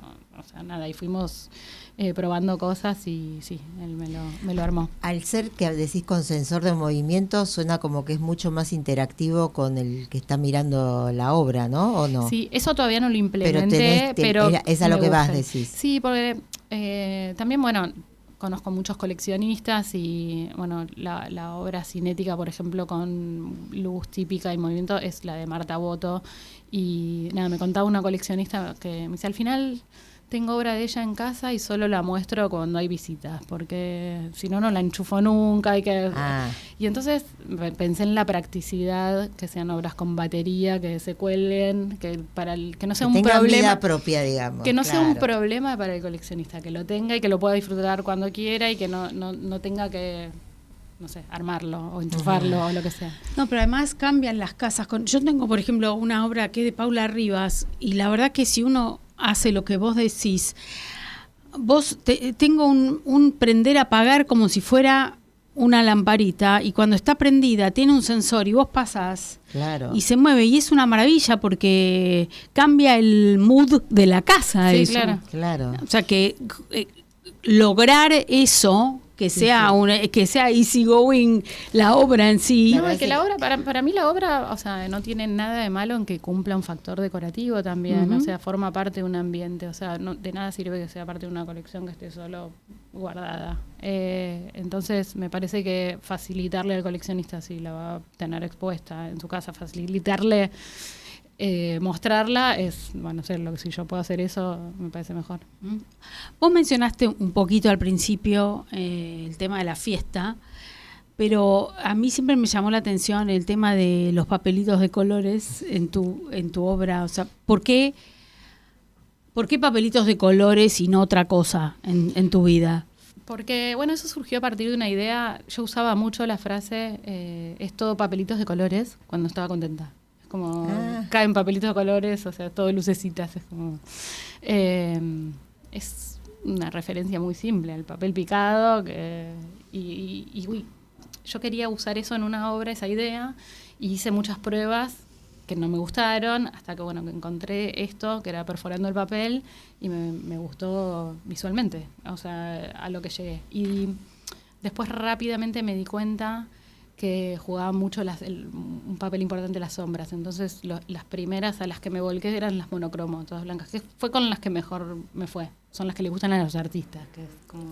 ¿Y por qué? Y porque son todas blancas y los papelitos son blancos y empieza a cambiar, depende de cómo está iluminada. Entonces son por ahí las que interesaron más. Y después empecé a incorporar cosas más conceptuales, como hice de billetes, hice muchos con billetes de $1, después hice 1 a 1, conseguí billetes, me regalaban billetes de $1, usé metales, bueno, nada, eso. Ahora, lo que mencionaste es bastante interesante porque pasa en el mundo del arte. Ella dice, perfecto, son las que les gustan a los artistas. Es lo que iba a preguntar. Es una mirada diferente, evidentemente. Bueno, es que es así. O sea, vos hablás vos querés comprar una foto, una obra, y le preguntás a un amigo artista y te dice y vos decís, bueno, pero si le gustó a él. Y la verdad es que hay otro tipo de consumo en el mejor sentido del arte, que por ahí tiene que ver con lo que le gusta a cada persona. Claro. Mira, me pasa mucho en Bada, también viene mucha gente y dice, ay, yo no sé nada. Y para mí no existe no saber nada. No existe no saber nada. O sea, ¿a vos te gusta o no te gusta? Claro. ¿Vos querés tenerlo en tu casa o no? Hay un montón de artistas consagrados internacionalmente que yo no tendría colgado en mi casa porque me perturba, o sea, no sé, depende de cada uno. Entonces para mí no existe lo de saber, es que sentís vos por eso. Es así, porque además hay obras que tienen que son para contemplar. Hay obras que yo siempre digo, hay obras que son de museo. Claro. La gente dice, qué maravilla si yo tuviera esto en mi casa. No, quizás no. Claro. Quizás no, son obras para ver colgadas en instituciones tal cual. Y punto. Pero bueno, es interesante entender que el que no entiende, en realidad entiende sí, lo claro. que Claro, como vos decís, es más que nada un sentimiento, es lo que sentís frente a una obra, en definitiva. Sí, ¿no? Aparte ya para mí, una persona que quiera tener una obra de arte original ya una sensibilidad tiene, porque no fue y se compró un póster. Sí. Para mí ya como eso ya es súper valioso. Bueno, concretamente a Bada, ¿qué vas a llevar? Voy a llevar obras del final de fiesta. Voy a compartir stand con Sofía Winiaski, que ahora está exponiendo en Marrakech también. Ella es acuarelista. Es muy bello lo que hace. Nuestras obras no tienen nada que ver, pero ella ahora hizo toda una serie de fútbol. Empezó a hacer un Messi por día en Twitter, y así que yo explotó y yo le propuse hacer una muestra en Marrakech, y a mí me tocó un stand bastante grande y le dije, que ella se había quedado con ganas de estar y no se había notado, y le propuse compartir stand. Entonces yo voy todo medio que lo acomodé con Marco Blanco, voy con papelitos con Marco Blanco, y ella va con la serie de fútbol. Así que van a convivir como la fiesta. Y sus series clásicas, no sé cómo decirlo, esos bosques tan bellos que hace. Ella hace mucha naturaleza, hace bosques. O sea, nada que ver con lo que haces vos. Nada que ver. Pero bueno, justo esta serie me pareció que podían ir. Y así que pero hay un puntito de contacto entre porque los papelitos, la cosa etérea en algunos casos. Sí, habría que tener si fuera curadora, no sé si los pondría juntos, pero habría que ver cuáles. Sí, y menos a Messi. Bueno, Messi con los papelitos. Bueno, sí, por eso digo, Messi con los papelitos pega, porque el fútbol pega con los papelitos. Venís con los Messi y ahí vamos. Ese papel como papel glacé que remite a la infancia. Claro. Y los papelitos del fútbol, de la cancha de fútbol. La cancha, claro, ¿te acordás que decía no tiren papelitos? Clemente, acá sí que tenemos a Pablo allá que tiene una memoria increíble. Clemente decía no tiren papelitos en su tira. Bueno, hace unos años yo le pedí a algunos artistas y a especializados que escriban sobre mi obra para tener en reseñas. Y la artista Antonia Guzmán me hizo una reseña muy linda y escribió eso, y habló de los papelitos de la cancha.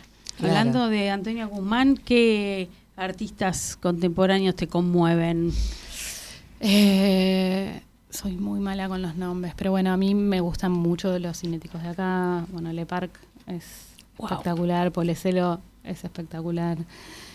Bueno, toda la generación del Ditela me encanta. O sea, me parece que es como la corriente más divertida que tuvimos. Comulgo mucho con eso. No, y la permanencia de esa gente y y los que están vivos, cómo están revivos. Sí, ¿no? tal cual. Sí. McIntyre me encanta, o sea, todos ellos, me gustan mucho. Y después yo ahora tuve la suerte de ver la muestra de Ehrlich en el Gran Palais. Y decís, wow, Argentina. Qué es un genio, ¿no? Él es un genio. Qué potencia, porque en el Gran Palais, viste, ver ese nombre, esa trayectoria, esa historia, por ejemplo, o él o Cuitca o los que sean, pero realmente. Bueno, son los que de más proyección internacional tenemos y son muy talentosos. Muy talentosos. Sí. Hoy me acordé de Cuitca cuando veíamos una historia tuya chiquitita, unas letras pequeñas. Hay alguna obra de él que un poco también tiene que ver con eso. ¿Cómo se llevan los artistas entre sí? Bien. El mito de la... No, bien. Hablaba... Yo soy amiga de Christian McIntyre, el hijo de McIntyre, y él me decía como con esto de retiro y eso, me decían, antes se juntaban todos en la Galería del Este y eran todos amigos y hacían todas obras distintas y sin embargo tenían como esa cosa de reencuentro, como que ahora no hay tanto eso. Pero bueno, supongo que somos más, la escena del arte es más grande, pero no, nos llevamos bien. Sí, también un poco yo creo que está volviendo, porque en la zona de Marrakech también se está armando un polo de nuevo. Se está armando un polo de nuevo. En la Galería Larreta Arfer. Sí, y es muy lindo ir ahí, ir a un vernissage con con guiso de lenteja, ¿viste? Y encontrarse y ver artistas nuevos y galerías no tan nuevas y todos trabajando juntos. Me parece que vuelve a haber un polo, sobre todo en ese lugar. Sí, y se está fogoneando bastante porque, bueno, el año pasado hicieron un retiro abierto y este año lo van a repetir, que es como un circuito como el que era Gallery Nights, pero de galerías y espacios culturales en retiro y recital en la plaza y con los lugares para comer. Vos que siempre tuviste tu lugar, tu galería, ¿quién comprarte hoy? Bueno, hay como hay los coleccionistas muy conocidos que consumen arte contemporáneo, que es el que nosotros tenemos. Nosotros tenemos como nuestro mailing de collectors que tratamos de convocarlos pero también hay como una movida de mucho coleccionismo joven. Siempre hay como que se empiezan a incorporar nuevos públicos. El mercado acá en Argentina no es gigante, o sea, como son más o menos siempre los mismos. Pero bueno, hay. Pero, por ejemplo, general, ¿no? No tengo el conocimiento maravilloso que tiene esta mujer del arte, pero digo, pregunta básica de almacenera. ¿Es muy caro comprar una obra? No, para eso está bueno Bada, porque es un me lugar parece que hay como un mito en ese sentido, ¿no? Bueno, sí. Yo hace unos años tuve una pequeña galería que yo le decía que era una tienda, que estaba acá cerca, que le decíamos, podés comprar obra original al precio de un jean. Que era porque yo quería desmistificar eso, porque la gente no entra a las galerías y pregunta cuánto está el cuadro. Y yo sabía que, los precios que manejaba yo o mis amigos con quienes estudié, son obras que mis amigos tranquilamente podían comprar y les gustaría tener. Entonces, bueno, por eso había propuesto eso. Y Bada sirve un montón para eso, porque vos vas, preguntás, la mayoría de los precios están a la vista. O sea, yo creo que hay un punto que tiene que ver también con el acercamiento al arte de las familias y de la educación. Estamos hablando de la clase media argentina, no estamos hablando de gente, o sea, que tiene bastantes prioridades antes que comprar una obra, ¿no? Pero la clase media argentina, como decís vos, yo me acuerdo que a mis hijastros siempre le decía, no te compres un póster X, comprá obra de artista, tenés 100.000 pesos, fíjate qué podés comprar con eso, pero comprá obra de artista, sabé quién hizo esa obra, sabés su nombre, y eso tiene que ver con un tema de educación que en Argentina está un poco, no sé. Depende mucho de las familias. Sí, depende mucho de las familias. O sea, igual hay, o sea, cuando vos ves la cantidad de público que va a Bada, te das cuenta que, o sea, hay interés. No es que recordamos no que es del 27 al 30 de agosto. Sí. En el pabellón verde de la Rural, ¿no? Sí, es de 14 a 21 y el primer día, las primeras 2 horas es entrada gratuita. Ajá. Así que... Bueno, bien, eso dato. Es importante. La feria espera recibir más de 100.000 visitantes. Creció mucho, sí. Y son muchos stands también. Son más 300 de 300 artistas. Sí. Así que bueno, y lo que tienen de bueno estas ferias es que uno realmente está en contacto con el artista, ¿viste? Porque a veces vos vas a una galería y bueno, y estás solamente con el galerista, que no es poco, pero esto de poder conversar con el artista y entender la obra desde la mirada del artista, me parece que es algo que no nos podemos perder entrando gratis a un lugar el arte gratis es como que hay que respetarla y hay que usarla, ¿no? Porque es la mejor herramienta que queda para después para entender. ¿Van chicos jóvenes? Sí, claro, sí, muchos. Que están empezando, que están buscando. Sí, va de todo, van familias, van muchos chicos jóvenes, gente que quiere tener obra en su casa, que se acaban de mudar, que sí, muchos, sí.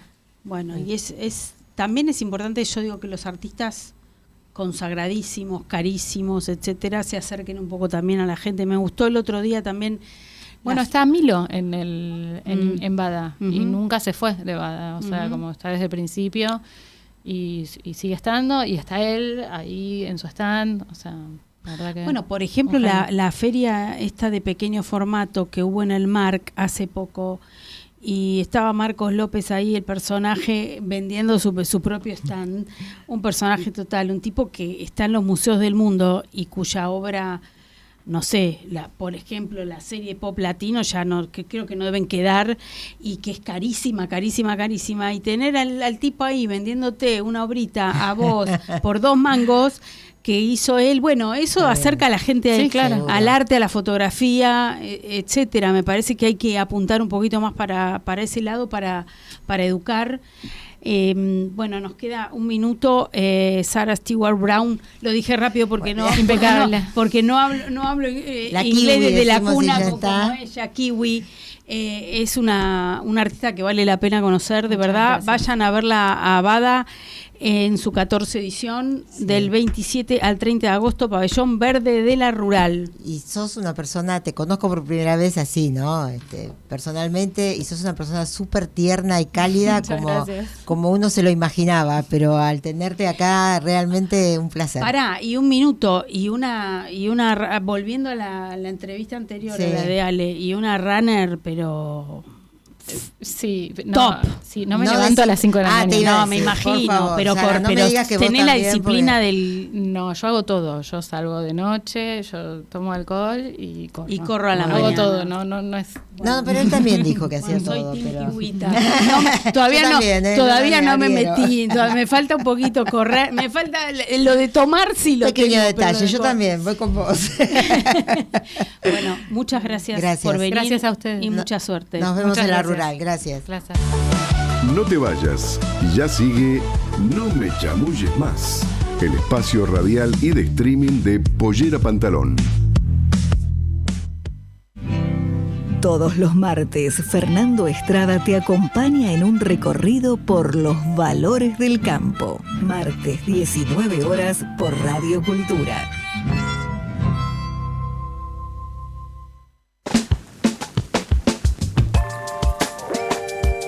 Radio Cultura. Bájate la aplicación y escuchanos online. Radio Cultura para iPhone, disponible en App Store. El tipo está sentado acá, pero realmente es un gran personaje, con una gran trayectoria, pero vamos a hablar... Que trae un personaje. Que trae un personaje de aquellos. Tenemos ahí un video, podemos ir viéndolo, y de paso lo presentamos a Damián Kirchner, que es, creador y productor general del proyecto Mafalda Inmersiva. Experiencia, sobre este personaje que no necesita presentación y que inaugura el 1 de octubre en el Centro Cultural Recoleta. Ahora nos va a contar, por supuesto, de qué se trata. Yo les cuento cosas sobre Damián. Damián es licenciado en Comunicación Social, especialista en transmedia y productor de cine y televisión desde hace más de 25 años. Seguro todos vieron ciclos como Sorpresa y Media, Ocupas, Juana y sus hermanas. Ahí estuvo involucrado. ¿Qué programó Juana y sus hermanas? ¿Qué máximo? Ganó varios Martín Fierro y premios afuera, en New York Festival en el año 2000, etcétera. A ver, ahí está. ¿Eso qué es, Damián? Hola, ¿cómo te va? Claro, empecemos por el principio. Bueno, Hola, eso es un poco el back de cómo se está haciendo Mafalda Inmersiva, que estrena el 1 de octubre. Es un paso por los talleres, la fabricación de una muestra de 1.300 metros cuadrados, muy grande, que va a estar en la sala Cronopio 6J del Centro Cultural Recoleta, y que va a estar abierta al público. Está pensado para adultos que nos reencontramos con Mafalda y para chicos a los que llevemos para que la conozcan y conecten con Mafalda. Es una muestra que te permite ingresar a la fantasía del mundo de Mafalda. Entrás a recorrer la historia y el mundo de Mafalda. Qué genialidad, qué genialidad Quino, qué genialidad ese personaje de Mafalda. Chiquito lo voy a contar, pero pasó hoy. Estábamos en una reunión de una empresa dando unas charlas sobre logística, y yo, cuando empezaron a hablar de los Temu, de todas las marcas chinas que invadieron el mundo con paquetitos. Marcela escapa en logística. No, y claro, a la audiencia. Hace muchos años que vengo diciendo algo en un ámbito donde generalmente el promedio de edad es 50 para arriba. Entonces digo, voy a repetir, como diría Mirta, pero como el público se renueva. ¿Vieron cuando Mafalda se despertaba a la noche y veo que me miraban todos como diciendo, ¿De qué? Bueno, Mafalda es un personaje creado por Quino, tuve que contarlo. Ese es el motivo por el cual la mí, familia nos pide que hagamos Mafalda. Claro, porque a mí me parece fantástico cuando decía que se despertaba a la noche, se ponía a llorar entre los padres y les decía, estoy preocupada porque mientras nosotros dormimos, los chinos están despiertos. O sea, en 1960 Quino ya se dio cuenta de lo que iba a pasar, ¿entendés? Sí. Es muy fuerte. Sí. Y lo otro que contás es que hay generaciones que si los padres no les acercaron el libro a los hijos, se armó una brecha muy grande, y es por eso cuando yo me acerqué a la familia de Quino, ellos estaban preocupados porque los chicos leen menos y tenían menos contacto, y también las generaciones intermedias, mis hijos que tienen 20 y pico, la conocen, pero tal vez no la leyeron tanto, su generación. Entonces la idea es acercar a las nuevas generaciones a un contenido que está absolutamente vigente. Ahora las vas a acercar desde este siglo, digamos, sí, claro.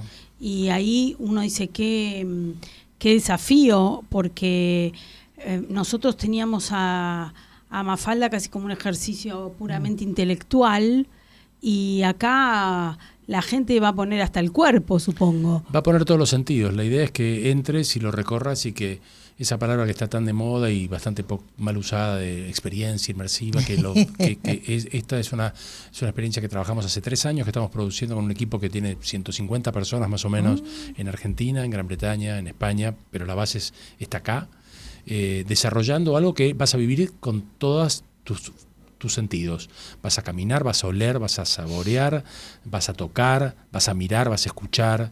La idea es que conectes y entres al mundo de la fantasía que creó Quino, y que recorras ese mundo y lo encuentres con diferentes estímulos, pero es Quino, es la Mafalda de siempre, utilizando las herramientas que nos trae hoy la tecnología, y también cosas analógicas, de las artes analógicas hermosas que hay, pero son 14 salas que vos recorres en 1 hora más o menos, algunos tardarán más, otros menos, los chicos jugando más, nosotros jugando y mirando y entendiendo más lo que está diciendo y reencontrándonos, pero de eso se trata, de conectar con esa propuesta cultural de entretenimiento que hizo Quino, que está tan vigente y tan necesaria. Bueno, eso es lo transgeneracional, solo algunos yo creo que lo lograron desde que, no sé, digo, de Quino o María Elena Walsh, o el otro día fui con nietos a ver Vivitos y Coleando 2, y uno dice, qué maravilla Hugo Midón y Carlos Gianni, porque yo estoy muerta, no quiero que termine nunca, y los chiquititos están viendo si se mueve una cosita de color, ¿no? Esa cosa de poder involucrar a todas las generaciones, que me parece que, bueno, Quino y su Mafalda lo tuvieron. Ahora, vos decís, bueno, inmersiva y también, no sé cómo llamarlo, interactiva, o sea, hay también posibilidad de juego, de participación de chicos, grandes. ¿Querés que te cuente detalles? A ver, ¿cómo? Vos decís son 14 salas, contanos. Vos entras a caminar y recorres 14 salas siempre hacia adelante. En cada sala pasan cosas distintas. Primero llegás y entras a una ciudad enorme, una ciudad de cientos de metros cuadrados, que es una maqueta con microproyecciones, micromapping, donde está la ciudad durmiendo, se empieza a despertar, Mafalda se despierta, se levanta, va a la cocina, la mamá prepara la comida, el papá se va al trabajo, los chicos van a la escuela, la ciudad se despierta, comienza, se abre el almacén de Manolo, toda la ciudad se despierta, el público va recorriendo ese espacio con microproyecciones, y después te invitan a pasar por un pasillo donde empieza a cambiar la escala y vos no entendés muy bien cómo, va cambiando, y de ser un gigante en una maqueta, entras a la casa de Mafalda que acabas de ver, y huele a sopa, y entras y está el papá que te recibe, y está la mamá, y está Mafalda que no quiere tomar la sopa, y Guilla rompiendo las paredes, y después vas al cuarto de Mafalda y seguís recorriendo espacios que tienen esculturas volumétricas artesanales hechas por artistas argentinos, y tienen proyecciones de las tiras animadas en color por artistas argentinos, para que las puedas ver y puedas conectar con lo que Quino te quiere decir. Después hay salas, seguís avanzando, y hay salas de proyección inmersiva, de proyecciones 360, después hay está el almacén, y te vas a encontrar con Manolito, y huele a queso, y hay moscas, y después te vas al parque, y está el Citroën, y está Libertad, que no tiene que pisar, que pisa el pastito que no se puede, y el Nervocalme en la farmacia, y vas a encontrarte con Susanita y con todos los personajes en una fantasía de ese mundo, con el contenido y con juegos. Hay una propuesta lúdica para que si vas con tus hijos, nietos, sobrinos, también ellos tengan un recorrido, y el que va entendiendo lo que están diciendo, genial, y el que no va a poder construir y disfrutar ese mundo. Y al final de todo hay una sala donde juntos, un grupo, nos podemos poner cascos de realidad virtual y entras al mundo de los sueños de Mafalda, juntos. Yo te veo a vos, vos me ves a mí, pero vamos a la ONU, que Mafalda quería ser traductora, y vamos a la empresa de Manolito, que quería ser empresario de logística, y vamos a el casamiento de Susanito. O sea que hay diferentes tecnologías aplicadas a contar Kino. ¿Sí? No es la tecnología primero, sino es Kino primero y la tecnología en función de eso. ¿Sí? La fuimos adaptando sin tocar la obra original, sin tocarlo. No hay una letra que no haya dicho Kino, no hay bueno, nada. Esa era una pregunta que tenía, porque, digamos, cuando uno piensa, Mafalda quería ser traductora en la ONU, uno dice, ¿qué ONU va a ser? La de ahora. No, es Mafalda intentando llegar a ser traductora en la ONU con los textos originales de Kino y las situaciones que Kino planteó siempre. Es que porque las Susanitas ya no son tan Susanitas bueno, hoy, entonces... Sí, a lo mejor disfrazadas de otra manera, pero hay Susanitas. Yo ahí te la discuto, no porque yo sea, pero digo, yo creo que hay Susanitas y que la ONU de Mafalda, que no es la ONU de hoy, pero esa ONU que ella quiere, esa a la que tendríamos que ir, ¿no? También existe, o sea, me parece que en el imaginario esa ONU es la ideal, es la que nos gustaría, ¿no? Ella lo que sueña es tiene ese juego de que va a traducir diferente cuando se pelean para conseguir la paz en el mundo. Entonces, ella mira el mapa y está todo el tiempo con su mapa mundi. Y son, en definitiva, es un pensamiento de adultos dicho por chicos que dicen cosas que los adultos no dirían y que se preguntan cosas que no tenemos respuesta, y lo hace de una manera muy irónica, muy sagaz, muy inteligente. Y bueno, lo que hicimos fue traerla, cuidarla mucho durante mucho tiempo y trabajar con muy buenos artistas de diferentes lugares para traerla hoy y valorarla y acercarla a las nuevas generaciones. Así que creo que todos la vamos a poder disfrutar y valorar y encontrarnos. Bueno, que además no solo es acercar a los personajes en sí, sino es acercar a la ciudad y sus cosas y su movimiento,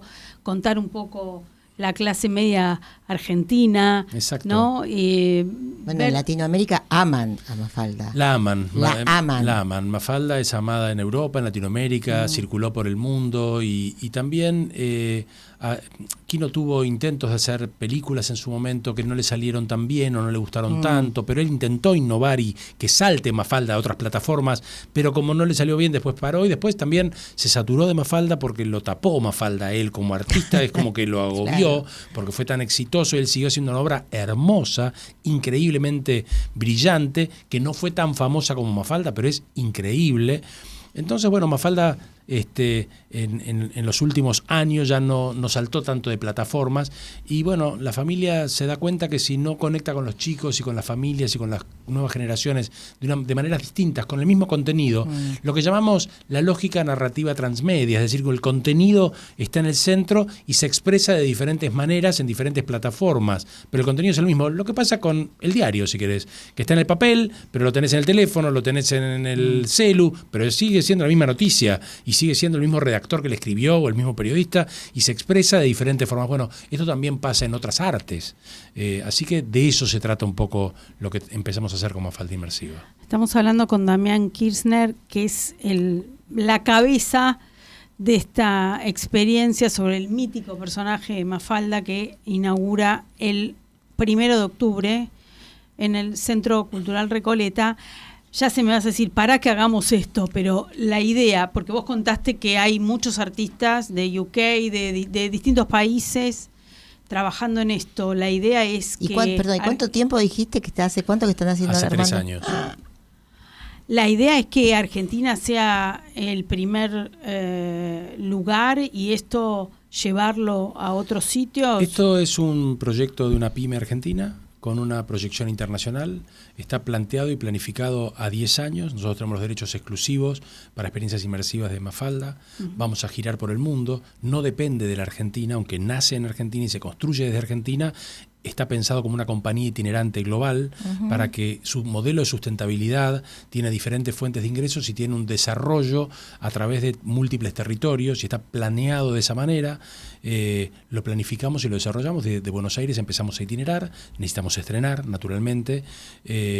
Y ahí vamos, ya estamos negociando varios territorios muy avanzados, muy importantes, pero bueno, básicamente se trata de eso y es un proyecto de una pequeña empresa con una gran propiedad intelectual que también es de una familia, no es de Disney, pero es tan grande como esas propiedades intelectuales, tan enorme, pero es independiente. Y bueno, estamos trabajando hace 3 años, sustentado por un proyecto de emprendedurismo, de inversión independiente, un desarrollo de riesgo privado, sin fondos ni crédito bancario tampoco, así que es un emprendimiento.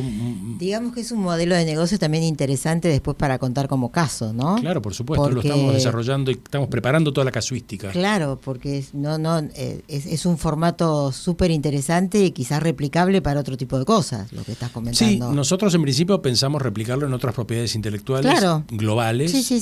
Y ese es el modelo de empresa que desarrollamos, sí, ese es el plan. Y hay mucha mezcla de arte, técnica, tecnología, ¿no? Es toda una ensalada rusa, por lo que veíamos ahí, ¿no? Fuimos eligiendo lo que más nos servía para contar a Quino. Hay momentos en que hay escenografías de madera, tradicional, y esculturas con escultores que lo hicieron en arcilla y después las escaneamos y después las imprimimos y después le hicieron esculturas hermosas y después hay realidad virtual y hay microproyecciones y macroproyecciones, pero fuimos eligiendo qué era lo mejor, cuál era la mejor herramienta para cada cosa. Ya quiero que sea primero de octubre, ¿no? Sí, 1 de octubre y ya se pueden comprar las entradas en Ticketek, ya están disponibles. Ya se pueden comprar, están desde 24.000 pesos en adelante, en ciertos horarios, y en grupo cuestan más baratas que individuales, y en ciertos horarios es más barato que otro, pero digamos que de 24.000 en adelante podés ir comprando con las entradas para ir. Esto va a tener en el Recoleta una duración de ¿cuánto? ¿Se arranca el 1 de octubre? Y va a continuar unos cuantos meses y de acuerdo a cómo nos vaya, probablemente nos quedemos más, pero en principio... Porque es un planazo de verano, ¿no? En Buenos Aires para los turistas que vienen a la ciudad. Esa es la idea. Es maravilloso. Ese es el plan. Hubo muchos desafíos y traje un secreto para contarles, para mostrarles algo. Estaba por preguntar. Estaba por preguntar. Bueno, uno de los desafíos más grandes que teníamos era si Mafalda iba a tener voz o no iba a tener voz. Decidimos que no tenga voz, que se comunique por globos de texto como lo hizo como la tira. Otro desafío muy grande era cómo hacíamos para sacarle el blanco y negro, cuál era el color. Y Quino nos fue dejando señales que fuimos encontrando a lo largo del camino, y un día estaba en una feria en Bordeaux, en Francia, mirando libros usados, porque estaba mirando experiencias inmersivas por el mundo, y me pasó esto, si quieren lo vemos. Sí, por favor. Vemos un videíto de un minuto de costar. Tiene audio. De objetos usados, enorme, aquí, hermosa, y me metí a buscar libros y encontré 4 libros de Mafalda en el medio de todos los libros, en francés y en colores, espectacular, que me estoy llevando para Buenos Aires. Ya negocié el precio con el señor de los libros usados. Merci beaucoup. Merci. Y ahí estaban los colores, ahí estaba la guía de color que usamos. Esos libros de una edición de Glénat en Francia que encontré, esto es una primicia, real, así. Gracias por darnos la primicia en este espacio. Quino nos dejó así, en un lugar escondido, un tesoro, como una búsqueda del tesoro. Pero es que tal cual, ¿eh? No nos dejó la voz, nos dejó el color. Exactamente. Dejó el color y color muy particular, porque es como tenue todo, ¿no? El color es muy lindo, es muy bello, es una elección que él hizo para esa edición en Francia, y así que es en color, es Mafalda inmersiva, y bueno, y ahí estaba la guía de color que Quino nos dejó. Mirá vos, sí. Mirá vos. Sí. Yo sabes que cuando escuchaba el no sé cómo decirlo, el proyecto, el plan de negocio, como sea, pensaba en que, bueno, los que tenemos la posibilidad de viajar y de ver, y decir, bueno, experiencia inmersiva, voy, me fijo qué onda, y ves cosas por el mundo, habitualmente decís, ¿cómo haces para hacer esto en Argentina? Porque esto debe valer una fortuna, ¿no? Y cuando aparecen estos proyectos decís, bueno, wow. Se puede. Y viniendo del grupo que viene, estimo que al mismo nivel que en cualquier lugar del mundo, así que... Bueno, eso es lo que intentamos. La maqueta se diseñó con un equipo, con el estudio Maguire de Gran Bretaña, que son los mejores maquetistas con proyecciones inmersivas que yo conozco, que lo conocí a través de un festival que yo hago que se llama Mediamorfosis, que es un festival de nuevas narrativas que hago hace 12 años itinerando por Latinoamérica, y eso me ha mantenido muy activo y vinculado con todo el mundo de las nuevas narrativas tecnológicas.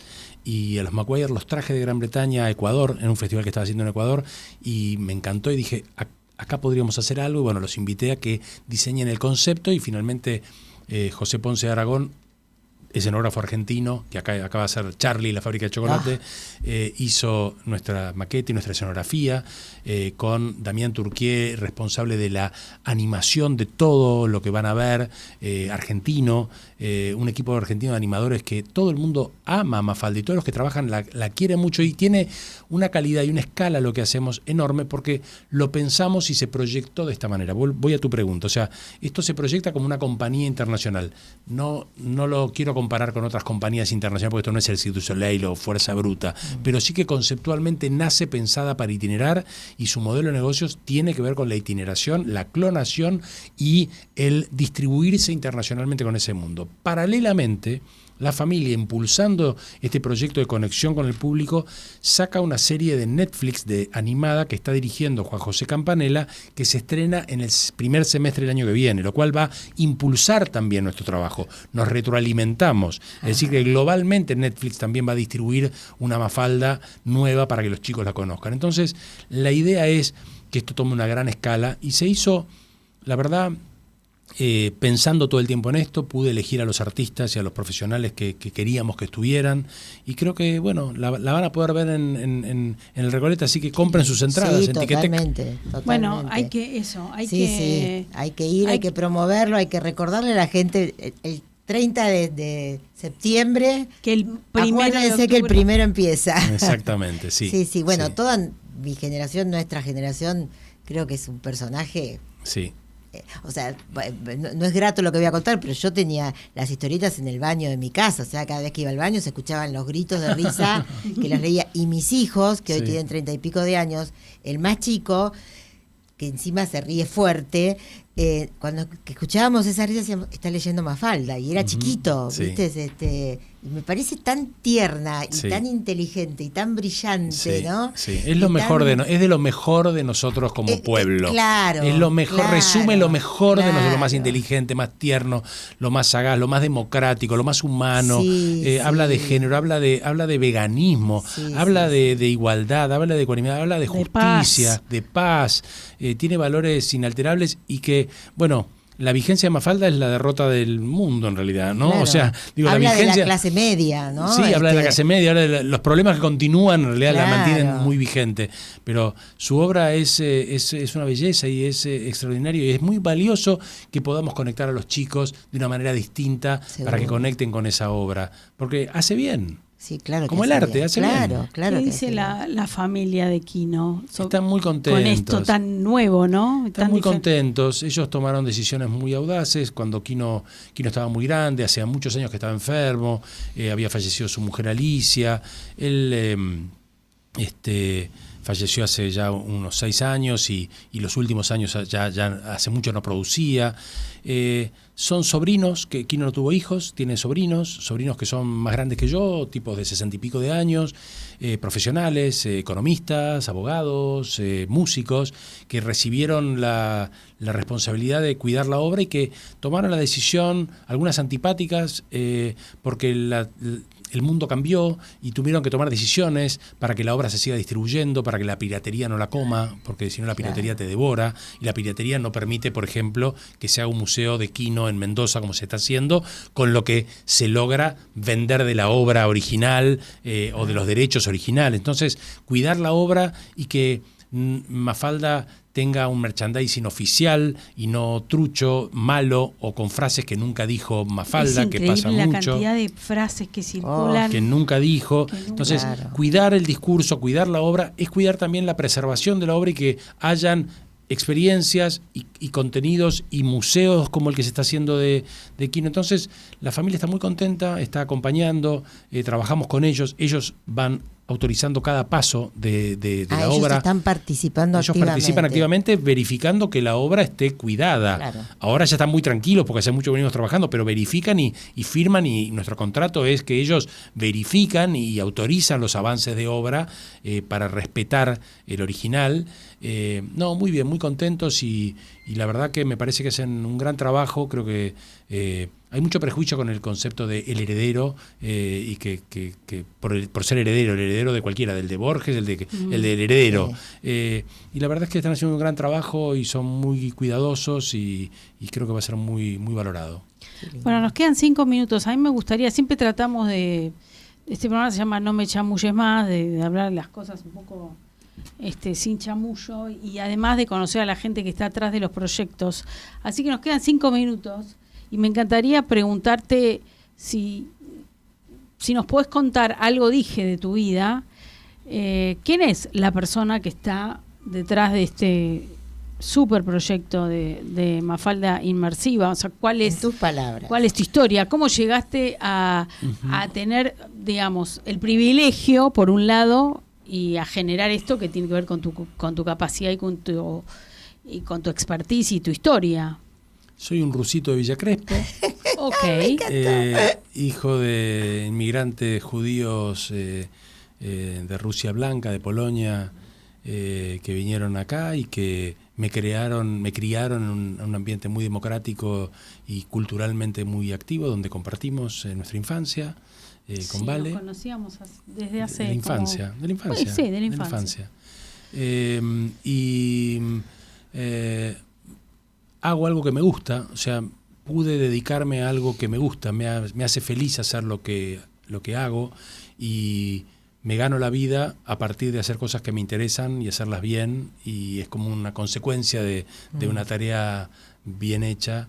Me gusta contar historias, me gusta contarlas de una manera emocional y respetuosa. Creo que en Mafalda Inmersiva se va a ver que yo hice sorpresa y media, porque va a haber algo de esa emoción y algo de esa sorpresa que hoy estoy develando un poco acá, pero te va a sorprender, y algo de Padres e Hijos, esa serie que hice con Peto, que contaba historias conmovedoras, pero lo vas a encontrar, esa ternura y esa manera de contar historias está ahí. Me gusta hacer esto, trato de trabajar en un momento del país. En mi vida laboral fue en un país muy convulsionado en términos económicos.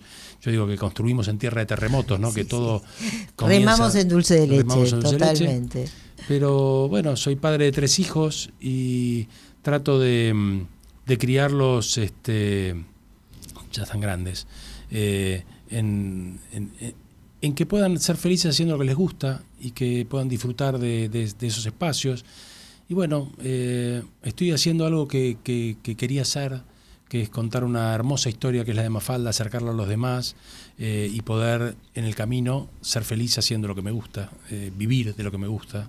Así que estoy muy contento haciendo este proyecto enorme, que me lo proyecto para los próximos 10 años. Me imagino grande, trabajando y haciendo viajando por el mundo, recorriendo, llevando esto recién lo planifiqué. O sea, agarrando a Mafalda de la mano y llevándola. Exacto. Qué lindo. Me lo imaginé y me lo preparé. Te digo, me pone la piel de gallina, realmente. Gracias. Creo que primero que es un personaje divino y lo contás de una manera, como lo estás viviendo todo esto, con tanta tranquilidad, y es un quilombo lo que te metiste, que realmente da placer escucharte. Muchas gracias. Bueno, en Ticketek ya están a la venta las entradas. Exacto. Vaya y compre, no se olvide. No se olvide.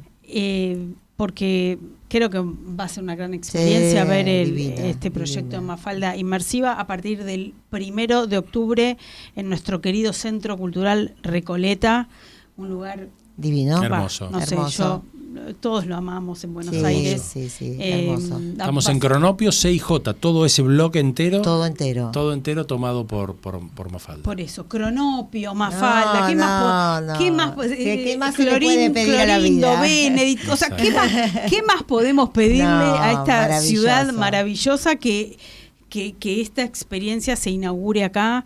Y bueno, ojalá que con muchísimo éxito. Muchísimas gracias. Y muchísima suerte, Damián Kirchner. Gracias por ustedes. haber venido. Gracias, Damián. Hoy un placer No conocerte. me chamulles más. Gracias, chicas.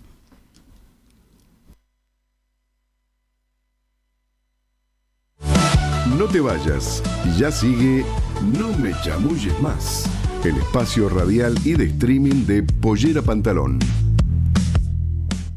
No me chamulles más, decímelo de frente, queremos apostar lo que siente la gente, con humor y energía, solo verdades, en vivo y sin careta. No me chamulles más.